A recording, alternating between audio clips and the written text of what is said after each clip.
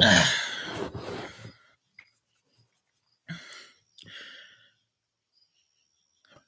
everyone.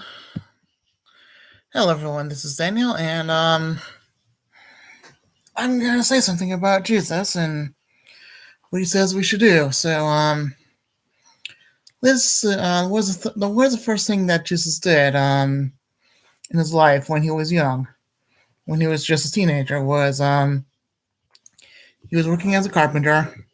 He didn't get that much of a pay, and back then he didn't get that much of a pay back 2,000 years ago, and basically, Jesus was hard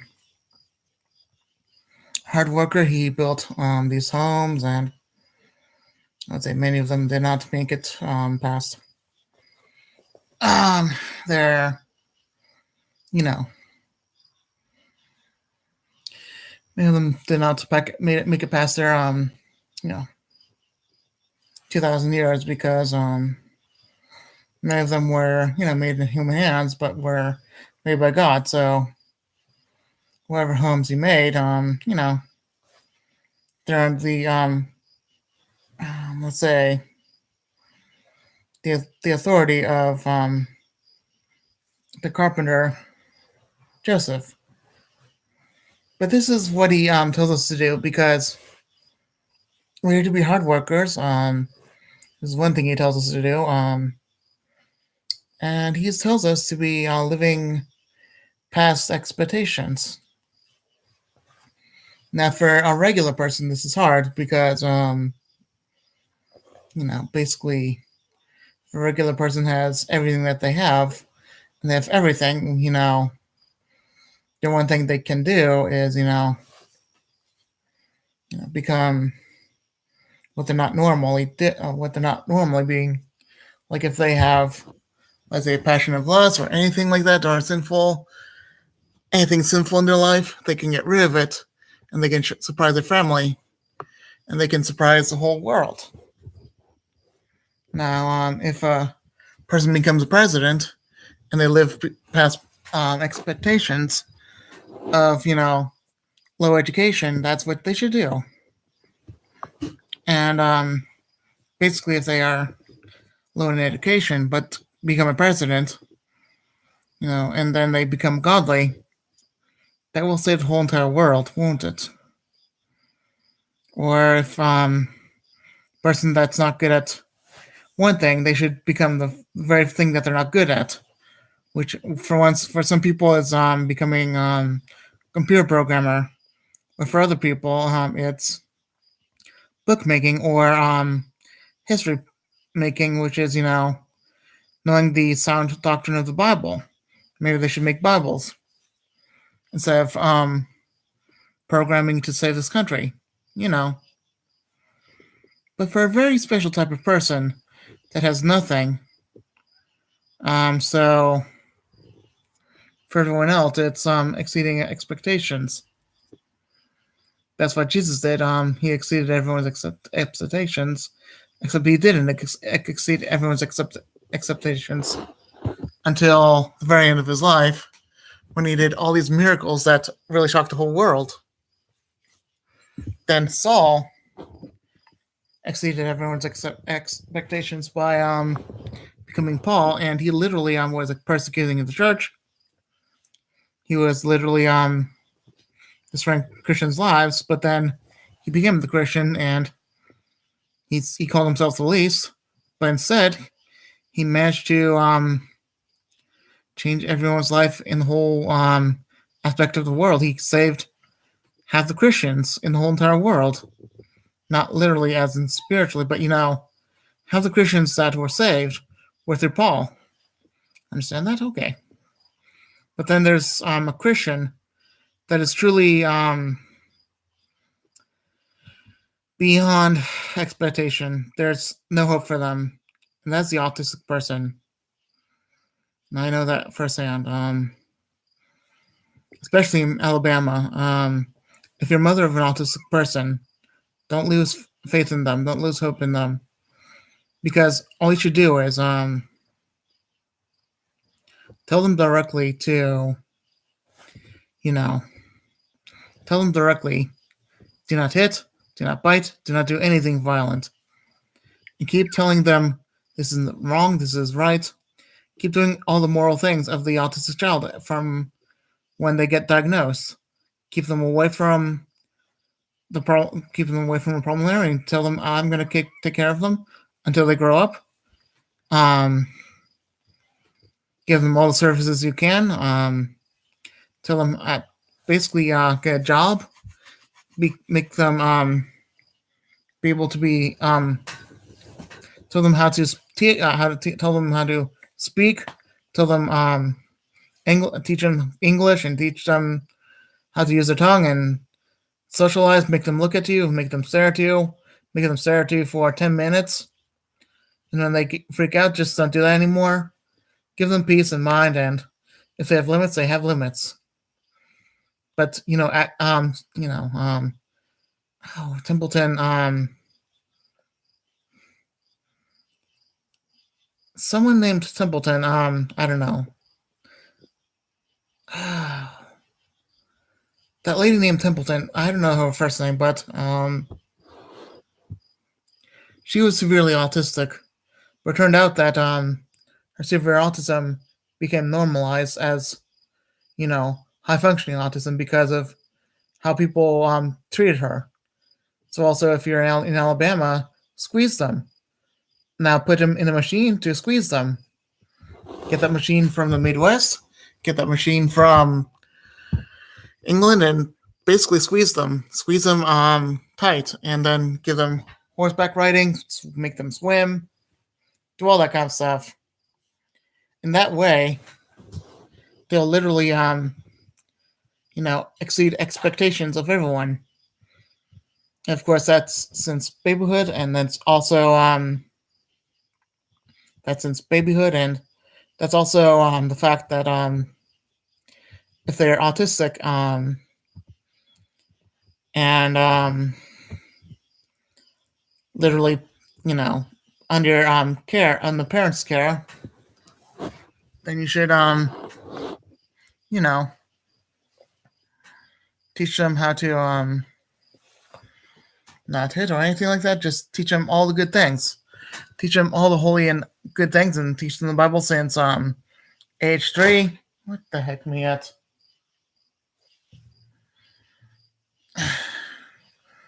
Teach them good and kind ways of doing things, and let them not be destructive or anything like that. And if you see anything happening to them, or if you see them acting up a little bit more than usual, just calm them down in your own way or in his own way. Everything's different for that autistic person, and if they change from one point to the other of behavior, then go with the flow and keep keeping on that child until that child is literally able to live on their own, because there's no service in Alabama, I believe. And then when they are able to live on their own, keep an eye on them, because God will be willing to be good for them, and you make sure that they don't get locked up or anything like that because of the way they talk or anything like that. Make sure that they are, everything that you want him to be. So, and then make sure he gets a college degree. Make sure he is, let's say not rich, but let's say that autistic person should be a teacher. Make that autistic person a professor, because that's a really good thing that they should be. Then they will support you in the end when you earn like assisted living, and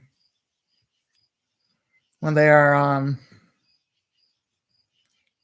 in a not a group home, but in assisted living, and where they have to take care of you. And if you're the autistic person and you're in Alabama and you're not locked up, please do what God tells you to do.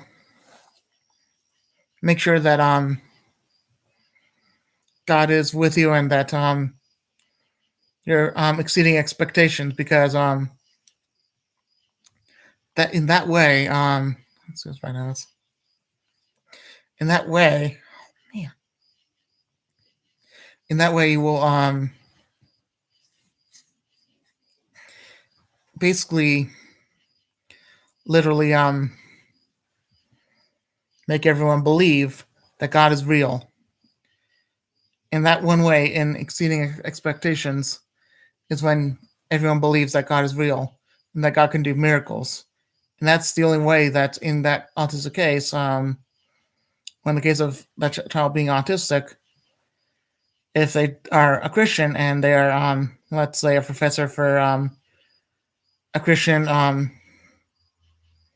church in Alabama, that is one way that people will change their lives and they'll get so many crowns that it will be amazing. That it will truly shock the whole entire world, and you know, everyone will basically, it'll be the greatest thing that they've ever gone through.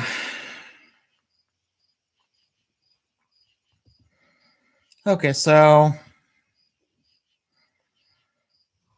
in regular person terms, what is Jesus telling you to do? What does Jesus tell you to do? And I told you what I tell you to do in my terms of regular person and autistic person terms and disabled person terms as well. What should anyone do? Well, in one instance, if you have a feeling that is not normal, and you think that maybe you should do something like every time I have a feeling, I basically have a feeling to do YouTube, and most of those feelings get good praise, and other times they're just getting good praise until much later or not having it all.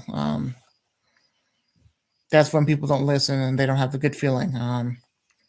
But my direct response to that is, what is God telling you to do? Watch a YouTube video about Christianity. If it's unique, just listen to it. Because if you don't really normally do it, that's there for a reason. That's to save lives. That's to save spiritual lives.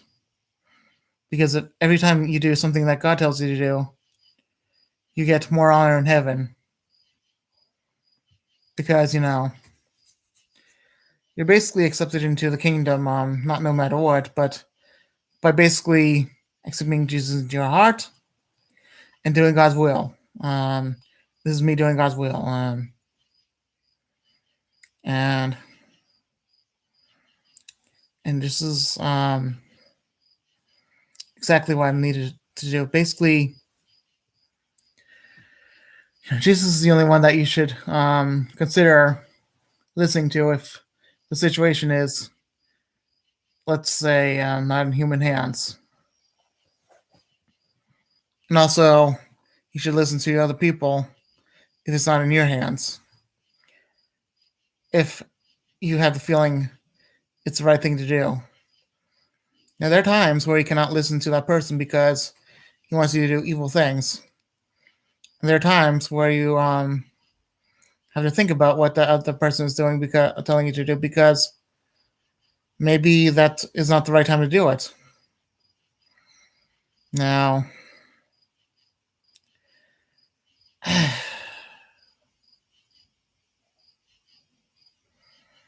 have been times where I've been going past expectations and then failing expectations. But in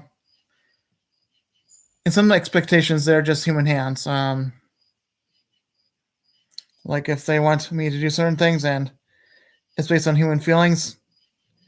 Like let's just say if I pass the MCAS, or not the MCAS, what was that? The SAT. If I pass the SAT and that's what I need to pass, and that's only what the Lord tells me to do, and not what my mom tells me to do, that's good because That's only what the Lord tells me to do is pass the SAT. But if He's telling me, this is how you shall fail the college, maybe I have to go in between something. Maybe there's something that I really have to do. Like that SAT was mainly compound of biology, some math, and a little bit of English. It was all the classes that involved like some form of math, some form of easy biology, and some form of easy it's easy history, easy um science, very easy let's say English, and some medium math. Because it's basically comparative what they expect you to do. But instead, I passed it because I knew what I was doing, and the Lord told me that's how you should do it. There was a subject that I really did not do well in the English class, and I thought, oh, I know this, I know everything about this, and I studied it, and I studied all the word and studied extra. Not like I studied for the whole amount, but I basically knew. I remembered all the things I needed to do on that test. I knew exactly what the words were. But it turns out that with me, with that special problem is there were these gosh, weird ticks in that test that I didn't know about. I didn't tell me anything what to do in that test. He basically gave my mind a few ticks about what the correct answer was, and I practically failed that test because let's just say that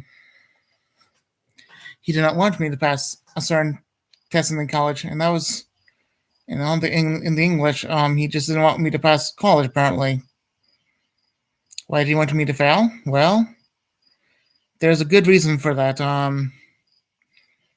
If I were to pass English in Comp 1 and Comp 2, and then pass basically all the math that I needed, I would have literally gone to car designing, and that would not have been honest. Now, if miracles do happen, oh man,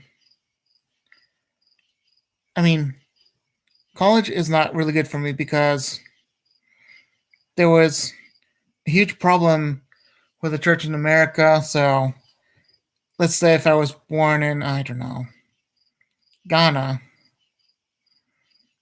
corruption within problems. So everything, all the problems on the earth were because of success and failure being the main thing. Everyone wants me to succeed and be part of the world. It means I have to work in the world.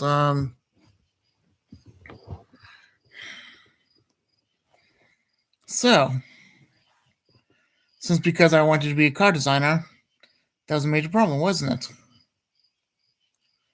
Well then, if I wanted to be a cook, that would be a major problem. Well then.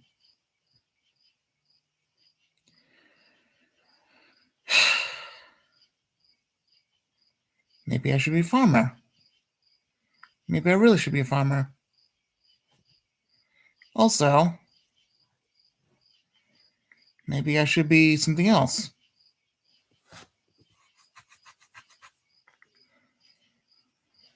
Maybe I should have all the experience. Like I've have a mixed experience in a job. I don't know. Just saying. But since I don't really have all the backup of basically the job setting, I might just become one of the partakers of that's the thing, because Jesus wants me to pass the SAT, but he doesn't want me to pass college. So there's a reason for that. He wants me to tell you that I want to. He wants me to prove it to you that I'm a smart being, but I don't need to pass college to be proving that I'm smart. Well, the thing is,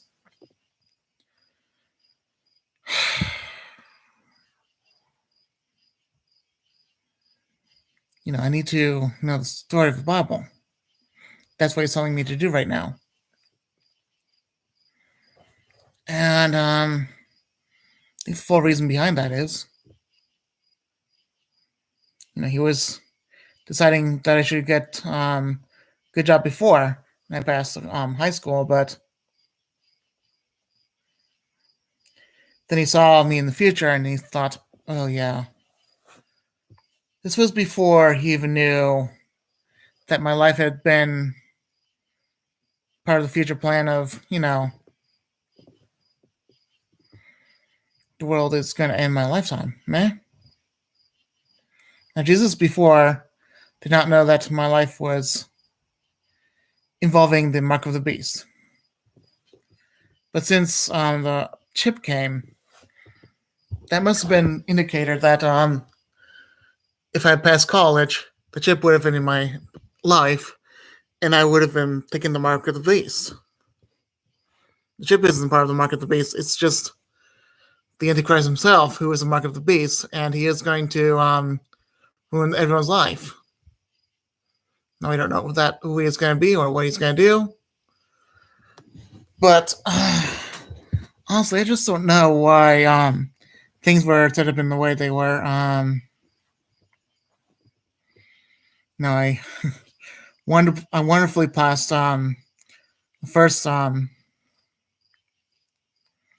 English, but just failed the second one. I don't know what's going on, but and there was the fact that I did wonderfully in algebra 2. Barely passed statistics with the skin of my teeth, and then failed trigonometry, which was figurative, which I pretty much figured was going to be a problem.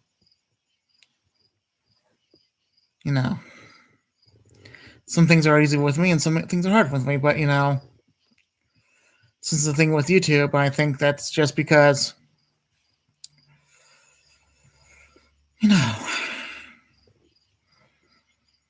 I think when I first became a YouTuber, the mark was implanted in people's lives.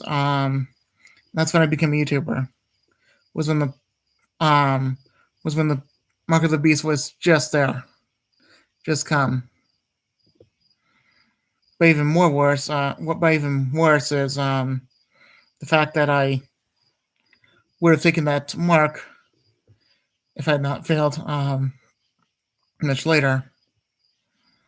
It's passing, but then failing one course and then it falling apart another time later. I'd even failed the computer class because it was all just Excel and Word. I wish it was just more internet stuff. People need to know more about the internet stuff than anything else first, and then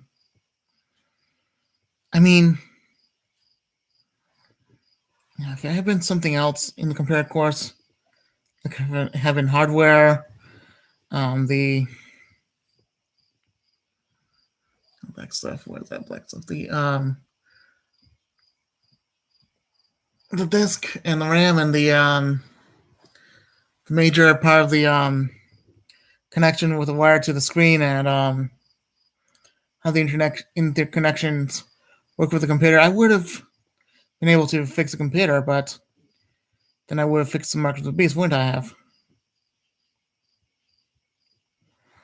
And I'm a slow learner, but there's certain things I cannot learn. I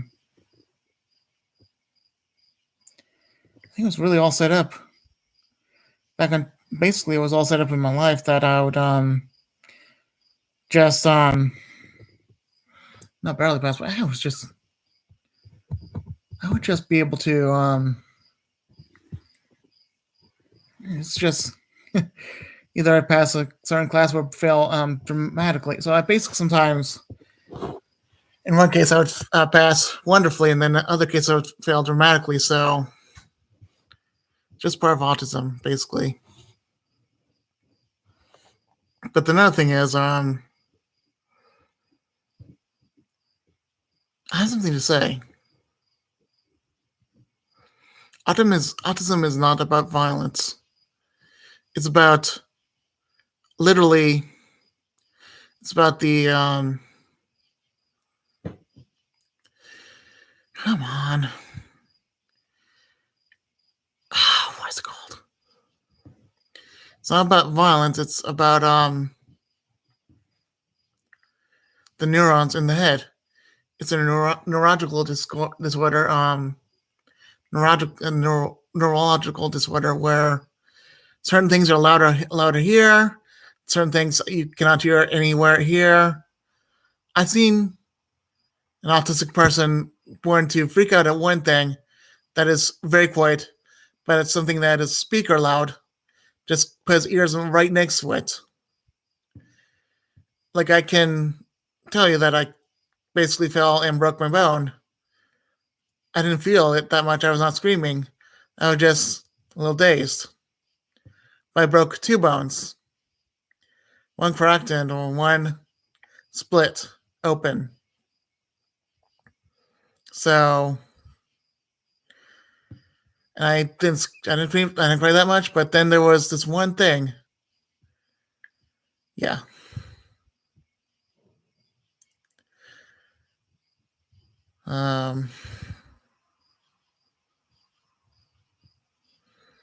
Then there would be things that would bother me.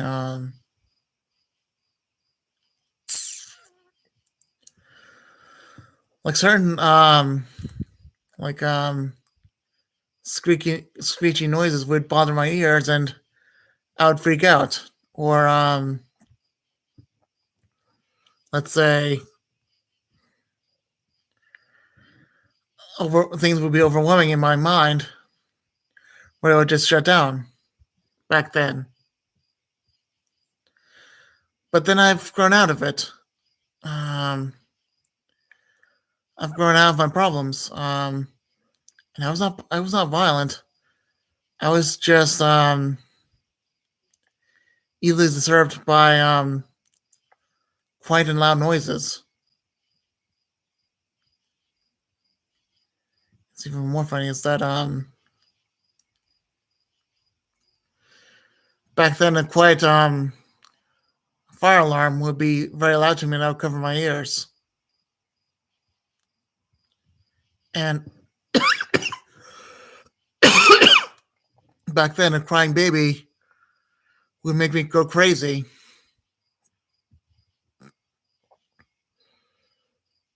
But unfortunately, it was the fireworks that made me cover my ears. But it was the funniest thing that I would make sure that the television was loud. But one thing,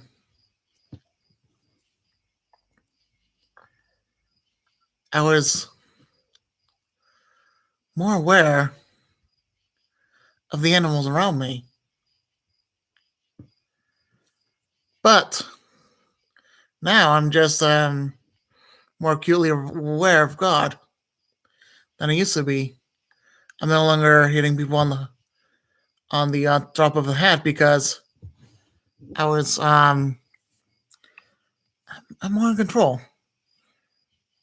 Basically, it was the fact that it was because of people on my side and God on my side that he chose me to get out of this situation. And in Alabama, you might have a violent child, but as an adult, he's no longer violent. That's not true for every autistic person. But basically, finding an autistic person, how about you teach an autistic person to be regular, little bit by bit. Basically, bit by bit, you just teach them what the world wants you to do and how to act regular. Don't freak out. Don't be severe. Be classic. Then be low functioning. Then be a regular human being. So what does that mean for you?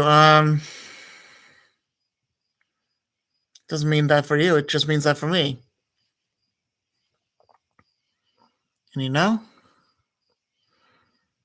maybe it just means that I need to take more of a certain medication. Maybe it just means that I need to take not that one. Maybe I just need to take Prevagen.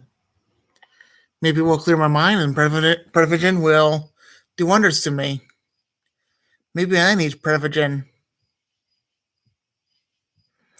Doesn't help the young person like me that is not normal.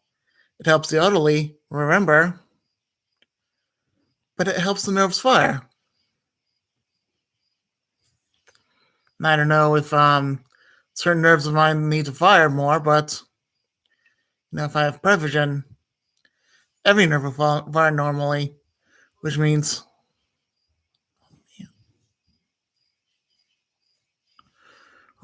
I'll be in a sense like an animal. In another way, I'll be like a human. I know the both worlds, and in a way, be much smarter, because this is what Prevagen does. A certain ingredient with another ingredient, it makes the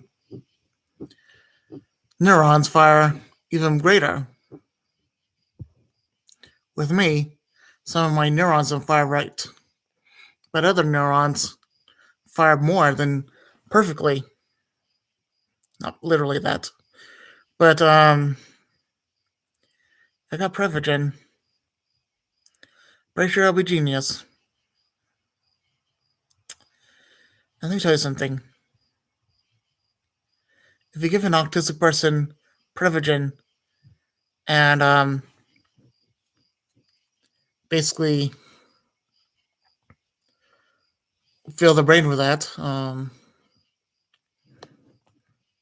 it will not only make them more,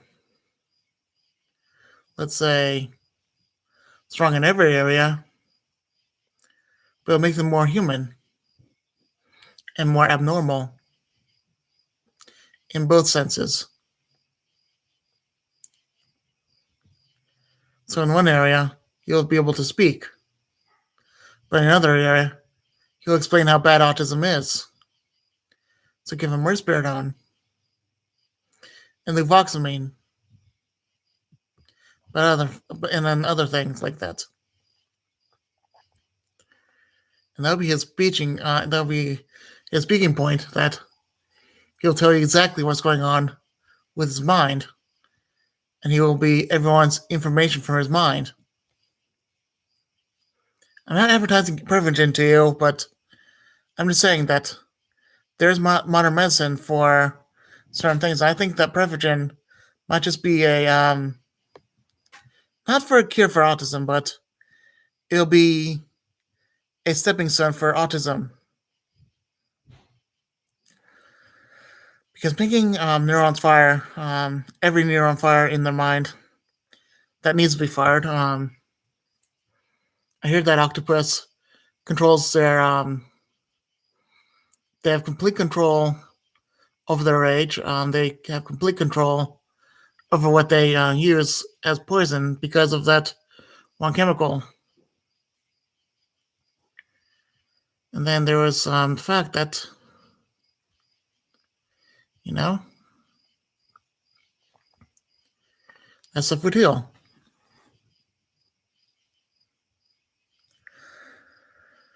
So in my sense, I might need to use Prevagen. Because that will work on my mind really well. And there is other stuff.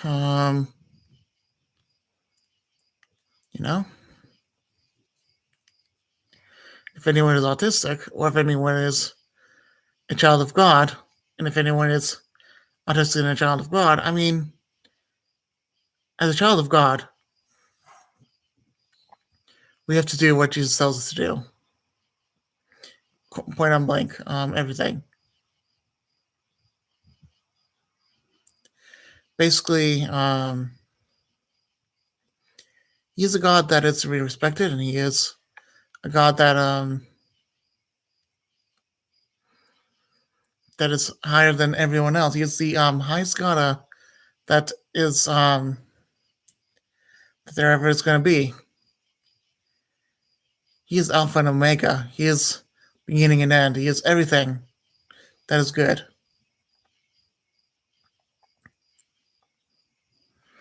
And let's just say that once you listen to Jesus, you'll get the feeling that, oh, well, yeah, that was part of my life. That's what I should do. In other sense, if you don't listen to God, yeah, you'll get disaster in your life and you won't get the honor in heaven that you really deserve, okay? All right, I'll be done now, okay? Bye.